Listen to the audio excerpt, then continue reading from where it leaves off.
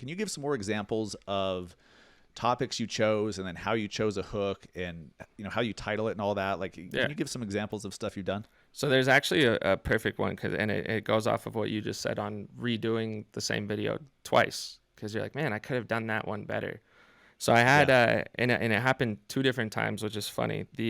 I think it's the only 2 times I've ever reposted one of my videos, because I thought the video was good, but it didn't get any reach, and it was a good video. And so I'm trying to like look closer at what did I do wrong on the hook. The most recent one was one that it's a video about paying off debt. So when we look at like topics, not a super exciting topic. Nobody wants to be told to do that. But it's about how, if you're paying 11% interest on a debt, but then you're investing money and you're getting an 8% return, like you're losing money. You're hustling backwards. Like you're better off paying off that debt. So that was the basis of the video. I forget what the first hook I did with it was. Like, here's how to a proper way to invest your money and make sure you're going in the right direction. Something simple. Didn't do very well. I think it was like sub 10K views. This was a little bit earlier on in the growth phase, but on my metrics at the time, it was a bad performing video. So I reshot it and pulled the camera out. The only thing I changed was the first line, and I edited the two together, so it's not even like one consecutive video. Then I switched it to, because it was the guy who gave me this piece of advice was a multi-millionaire who was telling me this concept of paying off debt. So then I started with, here's the best advice I've ever received from a multi-millionaire. This is what he told me. And then goes into the exact same video. I didn't change anything else.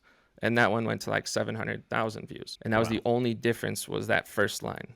It's crazy how the minute little things make a massive difference. Some of them are really, really subtle. Some of them are easier to find, like your hook is bad, get a better hook and it gets better reach.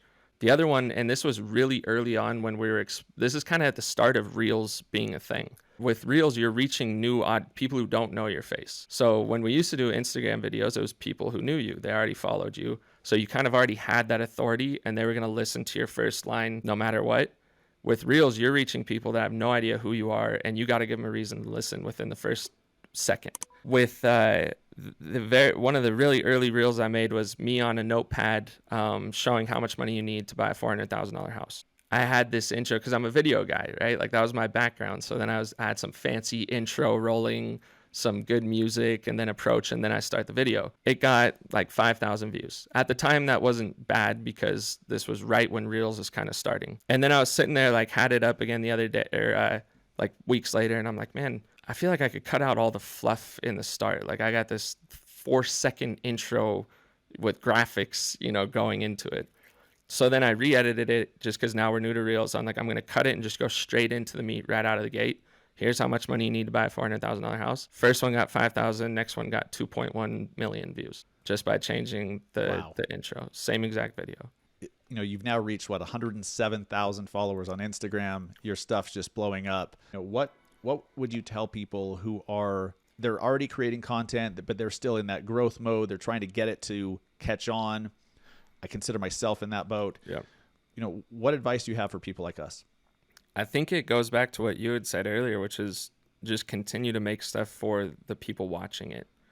Because we get really focused on the vanity metrics of views and followers and all these things. And sometimes we're trying so hard that we're no longer being ourselves, which is a common theme. And me and you talked about it kind of in depth of like, you can tell when someone's, even if you've never met the person, you can tell when someone's being true to them and you can tell when they're not. I don't know what it is, but as humans, we've gotten really good at like, this seems fake, this doesn't seem real, this seems forced.